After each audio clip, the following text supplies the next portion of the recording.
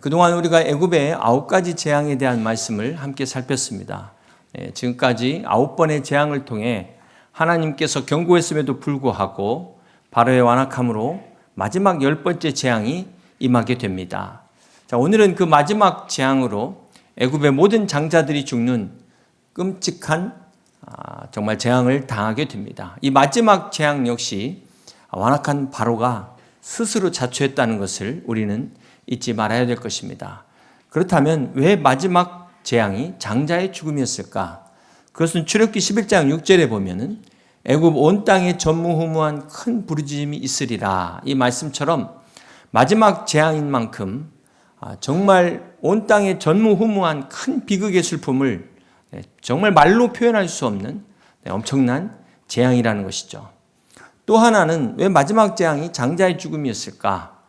여러분 아시다시피 바로가 이스라엘 백성들을 핍박했는데요. 사내 아이가 태어나면 다 죽이라고 명령했지 않습니까? 여기에 대한 하나님의 응징이 아닐까. 우리 하나님은 정말 철저하신 분이십니다.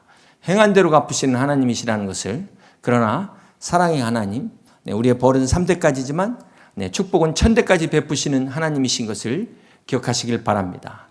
출애굽기 12장 42절 말씀을 보면 이 밤은 그들을 애굽 땅에서 인도하여 내심으로 말미암아 여호와 앞에 지킬 것이니 이는 여호와의 밤이라. 지금 여호와의 밤이 애굽 사람에게는 죽음의 밤이지만 이스라엘 백성에게는 구원의 밤이라는 것입니다. 이 여호와의 밤이 애굽 사람들에게는 통곡의 밤이었지만 하나님의 백성들에게는 기쁨의 밤인 줄 믿으시기를 바랍니다. 여호와의 밤에 하나님께서는 졸지도 아니하시고 주무시도 아니하시고 우리를 불꽃 같은 눈으로 지키시는 하나님이신 것을 믿으시길 바랍니다. 오늘도 우리를 위해, 우리의 구원을 위해, 여러분의 기도를 위해서 일하시고 역사하시는 하나님을 만나는 그런 은혜의 시간 다 되시기를 주님의 이름으로 축복합니다. 출애굽기 12장 37절 말씀을 보시면 이스라엘 자손이 라암셋을 떠나서 숫곳에 이르니 이와 외에는 보행하는 장정이 60만 가량이요 수많은 잡족과 양과 소와 심이 많은 가축이 그들과 함께 하였으며. 이스라엘 백성들이 이 마지막 재앙을 통하여 마침내 애굽을 떠나게 됩니다. 드디어 노예로부터 해방이 됩니다. 자, 이때 이스라엘 백성의 수가 장정만 60만 그랬으니까 대략 합치면 200만이 넘는 숫자였다는 것을 우리가 알 수 있습니다. 자, 그런데 여기 38절에 보면은 수많은 잡족과 함께라는 그런 말씀이 나옵니다. 자, 출애굽할 때 이스라엘 백성만 나온 것이 아니라 함께했던 다른 소수의 노예 민족들도 같이 나왔다라는 것을 우리가 알 수 있습니다. 지난번 히브리 사람의 하나님 그 말씀할 때 설명을 드렸는데요. 이 히브리의 어원이 혈연 공동체가 아니라 노예 계층을 지칭하는 말이다라는 말씀을 드렸습니다. 자, 이스라엘 백성들이 이걸 잊어버리고 선택받은 민족으로 착각한 거죠. 교만해서 그만 우월주의에 빠지게 된 것입니다. 자, 여기서 우리가 교회가 무엇인가를 생각해 봐야 되는데요. 교회도 마찬가지입니다. 교회가 우리끼리만, 우리 가족처럼 우리끼리만 뭉치면은 교회가 담을 쌓게 되는 것입니다. 자, 그러므로 교회는 나하고 서로 다른 사람일지언정 함께 모여서 가족과 같은 교회를 만드는 것이 진정한 교회인 줄로 믿습니다. 저는 우리 교회가 가족들끼리만 모여서 끼리만 노는 그런 교회가 아니라 정말 다른 사람들이 모였지만 가족과 같은 교회가 돼서 하나님이 보시기에 정말 기뻐하시는 그런 교회 공동체가 될 수 있기를, 우리 여의도 침례교회가 될 수 있기를 주님의 이름으로 축복합니다. 출애굽기 12장에 보면은 몇 가지 변화가 나타나는데요. 그동안에는 내 백성을 보내라, 이렇게 내 백성을 인도하여 내리라 이렇게 말씀을 하셨는데, 자, 어떤 변화가 나타날까요? 출애굽기 12장 17절 말씀을 같이 한번 봅니다. 너희는 무교절을 지키라. 이날에 내가 너희 군대를 애굽 땅에서 인도하여 내었음이니라. 군대라는 단어가 처음 나오죠. 내 백성을 군대로 표현하고 있습니다. 출애굽기 12장 41절에도 보면은 430년이 끝나는 그날에 여호와의 군대가 다 애굽 땅에서 나왔은즉. 자, 이렇게 출애굽기 12장에는 하나님의 백성을 여호와의 군대라고 말씀을 하고 있습니다. 하나님께서 그동안 이 10가지 재앙을 허락하신 이유가 12절에 보면 애굽의 모든 신들을 심판하리라 하나님의 목적이 있었지만, 자, 이스라엘 입장에서는 자, 어떤 목적이 있었을까요? 이렇게 한번 생각해 보세요. 200만이 나올 때 남녀노소 불구하고 다 나왔는데, 자, 노예들이 아니었습니까? 얼마나 오합지졸이었겠습니까? 그런데 이 하나님의 백성을 지금 여호와의 군대라고 부르시는 겁니다. 이스라엘 백성들이 출애굽한 후에 이제 광야를 통과해야 되고 가나안에 들어가기 위해서는 하나님의 군대가 되어야 된다는 것입니다. 그렇게 볼 때, 자, 그동안 10가지의 재앙이 요즘으로 말하면 군대 갔다 온 거예요. 우리가 군대 갔다 온 겁니다. 그것과 같은 훈련입니다. 그렇습니다. 사랑하는 성도 여러분, 우리가 광야 같은 인생을 살아가기 위해서 반드시 필요한 것은 우리가 그리스도의 군사가 되어야 된다는 것입니다. 그리스도의 전신갑주를 취해야 된다는 것입니다. 그렇다면 교회는 뭘까요? 교회는 하나님의 군대가 되어야 되겠죠. 여러분 한 사람 한 사람이 군사라면 교회가 군대가 되어서 이 광야를 잘 통과하고 마침내 가나안 땅에 도달할 수 있도록 여러분들이 그리스도의 군사로 서시고 우리 교회가 하나님의 군대가 되는 그런 복된 교회, 복된 성도 되시기를 주님의 이름으로 축복합니다. 오늘 본문 출애굽기 12장 1절을 다시 한번 봅니다. 여호와께서 애굽 땅에서 모세와 아론에게 일러 말씀하시되 이달을 너희에게 달의 시작 곧 해의 첫 달이 되게 하고. 자, 지금까지 유대인들의 달력은 우리와 같은 태양력이었습니다. 그런데 6월절을 계기로 해서 지금 달력이 바뀌죠. 달력이 바뀐다. 해의 기준이 바뀐다. 새해의 기준이 바뀐다는 것은 삶의 기준이 완전히 바뀐다는 것을 의미합니다. 지금 우리가 이제 4월 달을 맞고 있지 않습니까? 우리 3, 4월인 봄이 지금 그 이스라엘 입장에서는 새해가 시작되는 아빕월, 니산월, 그렇게 달력이 바뀐 겁니다. 자, 6월절이 바로 하나님의 구원의 역사를 시작하는 그런 새로운 날이라는 것입니다. 이제까지는 애굽 땅에서 노예의 삶을 살았지만 이제는 약속의 땅을 향하여 새롭게 출발하는 이 새로운 시작이 바로 6월절입니다. 고린도전서 5장 7절을 보시면 너희는 누룩 없는 자인데 새 덩어리가 되기 위하여 묵은 누룩을 내버리라. 우리의 6월절 양 곧 그리스도께서 희생되셨느니라. 자, 우리의 6월절 양 곧 그리스도가 바로 6월절의 예표, 그림자와 같은 것입니다. 이스라엘 백성들을 구원하기 위하여 어린 양이 죽어야 했던 것처럼 죄로 인해 죽을 수밖에 없는 인생들, 우리를 위하여 예수님이 십자가에 죽으셨습니다. 그렇습니다. 6월절을 이스라엘의 새 역사의 시작으로 보는 것처럼 예수 그리스도가 구원받은 사람들에게, 우리 그리스도인들에게는 새로운 인생의 시작이라는 것입니다. 여러분, 예수님을 만난 순간 우리 인생의 터닝포인트가 생기게 되죠. 우리 인생의 BC와 AD가 딱 구분되는 지점이 바로 우리가 예수님을 만나는 그때입니다. 고린도후서 5장 17절에 보면 그런즉 누구든지 그리스도 안에 있으면 새로운 피조물이다. 이전 것은 지나갔으니 보라 새 것이 되었도다. 그리스도 예수 안에서 우리가 새로운 피조물, 새 것이 되었음을 믿으시길 바랍니다. 그렇습니다. 우리가 예수님을 믿는다는 것은 이렇게 6월절 사건처럼 우리의 삶이 바뀌는 역사적인 사건입니다. 사랑하는 성도 여러분, 오늘 여러분의 삶에, 여러분의 인생에 이러한 6월절이 있으십니까? 그렇다면 나의 6월절은 언제인가? 여러분의 6월절은 언제입니까? 유대인의 삶에 이 6월절의 기준이 있는 것처럼 우리가 이 그리스도를 믿는 우리 성도들의 삶에는 예수님의 십자가가 있어야 된다는 것입니다. 오늘 이 자리가, 이 시간이 주님의 십자가를 만나는 여러분의 새로운 출발, 새로운 시작이 되시기를 다시 한번 주님의 이름으로 축복합니다. 사랑하는 성도 여러분, 2000년 전에 우리 주님께서 어린 나귀를 타시고 예루살렘에 입성하셨습니다. 자, 이때 많은 사람들이 나와 종려가지를 들고 호산나 다윗의 자손이여 찬송할지어다 하면서 막 주님을 찬양하고 환영했습니다. 근데 사실 이때 이스라엘 백성들은 뭘 모르고 환영했어요. 그들은 얼마 있다가 주님을 또 십자가에 못 박으라고 그렇게 소리쳤던 그 어리석은 군중들이었습니다. 자, 그런데 이들이 가지고 나온 이 종려나무는 승리를 상징하는 나무죠. 바로 주님의 부활의 승리를 미리 축하하기 위해서 그들은 모르고 나왔겠지만 하나님은 다 계획하셨던 하신 것입니다. 자, 이 모든 것들이 구약의 선지자의 예언을 통해서 우리 예수님께서 이루셨다는 것을 우리는 말씀을 통해서 확인할 수 있습니다. 스가랴서 9장 9절을 보시면 시온에 따라 크게 기뻐할지어다. 예루살렘에 따라 즐거이 부를지어다. 보라, 내 왕이 내게 임하시나니 그는 공의로우시며 구원을 베푸시며 겸손하여서 나귀를 타시나니 나귀의 작은 것 곧 나귀 새끼니라. 이렇게 예수님이 오시기 이때가 520년 전에 스가랴 선지자를 통하여 주님이 나귀를 타시고 예루살렘에 입성하실 것을 예언하시고 그대로 성취하십니다. 또 이사야서 53장 4절의 말씀을 보면 그는 실로 우리의 질고를 지고 우리의 슬픔을 당하였거늘 우리는 생각하기를 그는 징벌을 받아 하나님께 맞으며 고난을 당한다 하였노라. 이 말씀대로 이사야 선지자를 통해서 예언하신 것처럼 메시아 되신 예수님께서 우리의 죄를 지시기 위하여 고난당하실 것을 예언하시고 주님이 그렇게 십자가를 지셨습니다. 사랑하는 성도 여러분, 오늘 우리 예수님은 이렇게 어린 나귀처럼 겸손한 인간의 모습으로 오셔서 우리의 모든 죄악을 다 담당하셨습니다.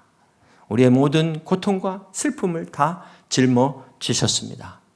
이 시간 여러분의 모든 죄의 짐과 무거운 짐, 고통과 슬픔의 모든 짐들을 다 주님의 십자가에 내려놓으시고 주님의 고난에 동참하셔서 주와 함께 죽고 주님의 부활의 영광에 주님과 함께 부활하는 여러분 다 되시기를 주님의 이름으로 축복합니다. 오늘 본문 출애굽기 12장은 유월절에 관한 말씀인데 유월절을 어떻게 지킬 것인가를 3절 이하에 말씀을 하고 있는데요. 유월절에는 4가지 음식을 준비하도록 되어 있습니다. 그런데 이 음식마다 각각의 의미를 가지고 있죠. 우리 3절을 다시 한번 보십니다. 너희는 이스라엘 온 회중에게 말하여 이르라, 이달 열흘에 너희는 각자가 어린 양을 취할지니 각 가족대로 그 식구를 위하여 어린 양을 취하되. 자, 우선 어린 양을 가족 수에 따라서 준비하라는 것입니다. 그런데 가족 수가 적으면 어떻게 해야 될까요? 4절을 보십니다. 그 어린 양에 대하여 식구가 너무 적으면 그 집의 이웃과 함께 사람 수를 따라서 하나를 취하며 각 사람이 먹을 수 있는 분량에 따라서 너희 어린 양을 계산할 것이며. 가족의 수가 적으면 이웃과 함께 준비해서 충분히 나눌 수 있도록 하라는 것입니다. 기록에 의하면 이 최소 단위를 10명으로 했다는 그런 기록이 있습니다. 자, 이렇게 구체적으로 지시한 이유가 뭘까요? 하나님 앞에 제사 드리는 것뿐만 아니라 자, 바로 다음 날 새벽부터 출애굽을 해야 되는데 한 사람도 빠짐없이 든든히 먹고 지치지 않도록 이렇게 배려하고 있다. 하나님이 이렇게 세심하게 이런 배려까지 하고 있다는 겁니다. 자, 그런데 8절을 보시면 그 밤에 그 고기를 불에 구워 무교병과 쓴나물과 아울러 먹되. 6월절에 준비해야 될 음식 중에 하나가 무교병인데요. 바로 부풀리지 않는 빵입니다. 누룩이 없기 때문에 아주 납작한 모양이 되죠. 출애굽 당시에 지금 반죽을 부풀릴 시간조차 없는 거죠. 그래서 급하게 탈출해야 됐다는 것을 기억하기 위해서 무교병을 먹으라는 것입니다. 그리고 왜 또 쓴나물을 먹겠을까요? 그것은 우리가 6.25 때를 기억하는 것처럼 이스라엘 백성이 430년 동안 노예 생활을 잊지 말라고 쓴나물을 준비하게 한 것입니다. 그리고 계속해서 9절에 보면은 날 것으로나 물에 삶아서 먹지 말고 머리와 다리와 내장을 다 불에 구워 먹고 아침까지 남겨두지 말며 아침까지 남은 것은 곧 불사르라. 자, 이렇게 먹는 방법을 이렇게까지 자세하게 지시하시는 이유가 뭘까요? 9절 보니까 날 것으로 먹지 말고 물에 삶아 먹지 말라. 구워 먹으라. 왜 구워 먹는 것이 하나님이 좋아하시는 방법인가? 자, 이거는 여러분 애굽 사람들이 먹는 방법대로 먹지 말라는 것입니다. 다시 말해 세상하고 똑같이 하지 말라. 하나님의 백성은 먹는 것조차 구별됐다는 것입니다. 사랑하는 성도 여러분, 오늘 이 말씀이 우리에게 주는 교훈이 뭘까요? 우리가 구약의 율법을 말씀대로 지켜라 그런 의도가 아니고요. 율법의 근본 정신은 변하지 않습니다. 그렇다면 오늘 우리가 교회 안에서 신앙생활 할 때 중요한 것은 세상 방법으로 하지 말라는 것이죠.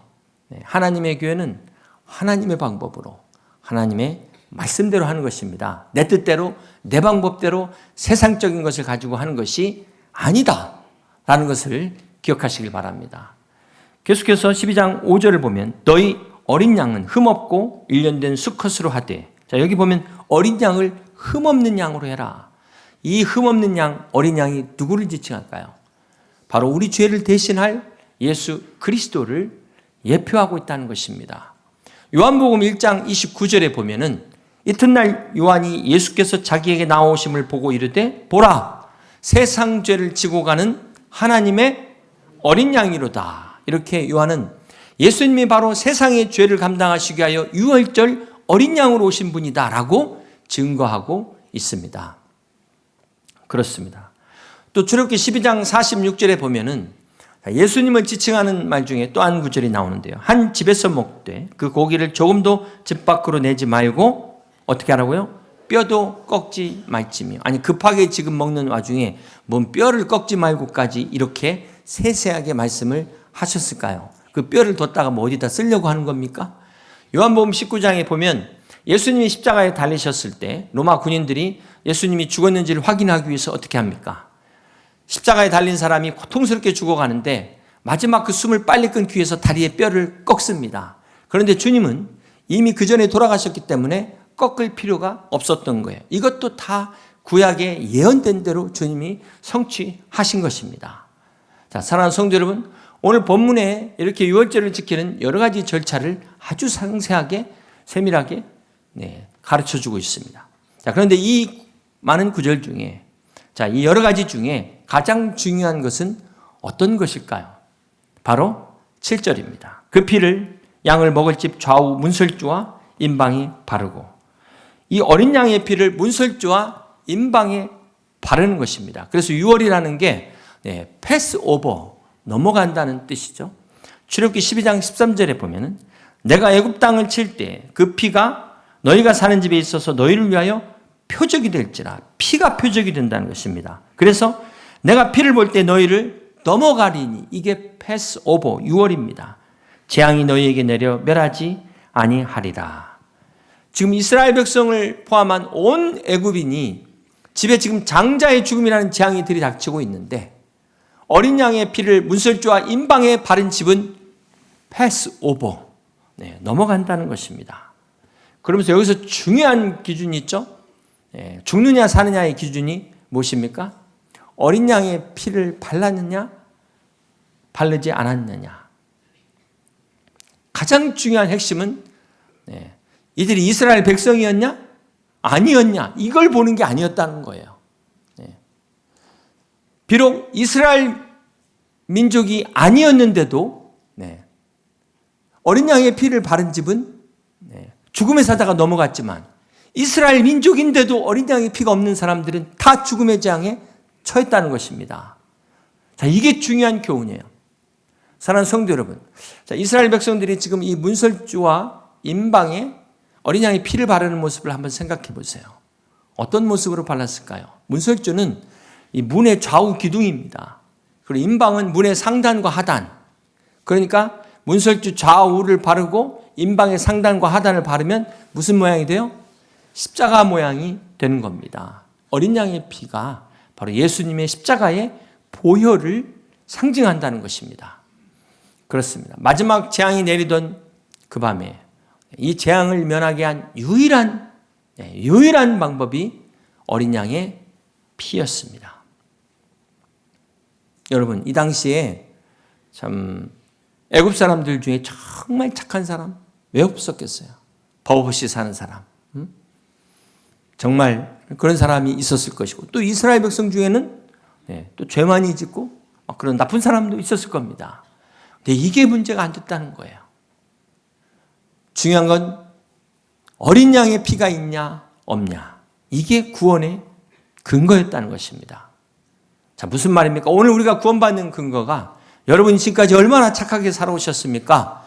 얼마나 많은 선을 베푸셨습니까? 이게 아니라는 것입니다. 죄송하지만 여러분이 아무리 많은 선행을, 아무리 많은 좋은 일을 쌓아놨다 할지라도 예수님의 피가 없으면 헛거예요. 그래서 사도행전 4장 12절에 보면 다른 이로서는 구원을 받을 수 없나니 천하 사람 중에 구원받을 만한 다른 이름을 우리에게 주신 일이 없음이라 그랬어요. 예수님만이 우리에게 유일한 구원의 길이요, 생명이요, 진리임을 믿으시길 바랍니다. 하나님이 우리에게 주신 구원의 길이 십자가 외에는 없다는 거예요. 십자가 외에는 없다. 여러분 믿으십니까? 사랑하는 성도 여러분, 이스라엘 백성들이 어린 양의 피를 뿌리고 구원받았다. 자, 우리가 이걸 좀 잘 이해할 필요가 있습니다. 이것은 이스라엘 백성들이 이 언약을 믿었다는 거예요. 자, 이 피가 무슨 신비한 능력이 있어서 그렇습니까? 짐승의 피로는 구원받지 못한다고 말씀했어요. 그런데 주님께서 내가 이 피를 볼 때 내가 넘어가리라. 이 하나님의 약속 때문에 구원을 받는 것입니다. 이스라엘 백성들이 어린 양의 피를 문설주에 바른 것처럼 오늘 우리가 예수 그리스도의 보혈이 우리를 덮어야 되는 거예요. 주님이 십자가에 죽으신 것은 바로 나를 위한, 내 죄를 위한 죽으심인 것을 내가 믿고 내 마음으로 그 주님을 영접하는 것이 내 몸에 지금 예수님의 피를 바르는 겁니다. 그 피가 나를 덮는 거예요. 그 피가 나를 깨끗게 하는 것입니다. 새롭게 하는 것입니다. 그래서 베드로전서 1장 18절에 너희가 알거니와 너희 조상이 물려준 헛된 행실에서 대속함을 받은 것은 은이나 금같이 없어질 것으로 된 것이 아니요. 함께 있습니다. 오직 흠없고 점없는 어린 양 같은 그리스도의 보배로운 피로 된 것이니라. 그렇습니다. 오늘 우리가 죄사함 받고 구원받을 수 있는 유일한 근거가 오직 흠없고 점없는 어린 양 같은 그리스도의 보배로운 피, 보혈의 능력 때문인 줄 믿으시기를 바랍니다. 마지막으로 유월절 사건은 하나님의 백성들이 영원히 기념해야 될 사건입니다.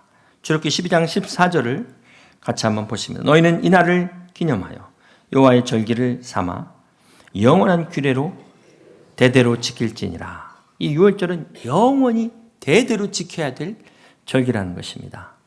이 애굽의 마지막 재앙이 내려지던 그 밤에 백성들이 양을 잡아 그 피를 문설주와 임방에 바르고 삥 둘러서서 한밤중에 식사하던 이것이 바로 최초의 성찬입니다. 이것이 바로 유월절의 규례입니다. 그러면서 26절에 보면은 이후에 너희 자녀가 묻기를 이 예식이 무슨 뜻이냐 하거든. 너희는 이르기를 이는 여호와의 유월절 제사라. 여호와께서 애굽 사람에게 재앙을 내리실 때에 애굽에 있는 이스라엘 자손의 집을 넘으사 우리의 집을 구원하셨느니라 하라매. 백성이 머리 숙여 경배하니라. 네. 자, 하나님께서 우리 자녀들에게 이 의미를 가르치라는 것이죠. 왜 영원히 지켜야 되고 어떻게 지켜야 될 것인지를 가르쳐주라는 것입니다. 중요한 사실은 10가지 재앙이 중요한 게 아니에요. 이것이 어떻게 일어났느냐, 이것이 어떻게 가능하냐, 이게 중요한 게 아니라는 것입니다. 어떤 분들은 막 하나님의 기적에 대한 것만 관심이 있는데 여러분 이 10가지 재앙과 이 기적이 이스라엘 백성을 구원한 게 아닙니다. 10번째 재앙이 임하는 날 그 좌우 문설주와 위아래 임방에 어린 양의 피가 구원했다는 거예요. 이게 중요한 사실입니다. 그래서 다시 오늘 보면 14절에 보면은 이날을 기념하여 여호와의 절기를 삼아 영원한 규례로 대대로 지킬지니라. 주님이 말씀하셨어요. 사랑하는 성도 여러분, 우리가 무엇을 기념해야 됩니까? 저 유대인들이 지금도 아직도 이 본 뜻을 깨닫지 못하고 유월절을 기념하고 있지만 우리는 유월절의 주인공으로 오신 그 어린 양으로 오신 예수님이 우리를 위하여 그 보혈을 흘리신 그 주님의 보혈을, 그 주님의 대속을 기억하고 기념할 수 있는 여러분 되시길 주님의 이름으로 축복합니다. 나를 구원한 십자가, 이 주님의 십자가만을 붙들고 자랑하며 아직도 이 은혜를 모르는 사람들에게 부활의 복된 소식을 전할 수 있는 우리 여의도 주님에게 모든 성도들이 다 되시기를 주님의 이름으로 간절히 축복합니다.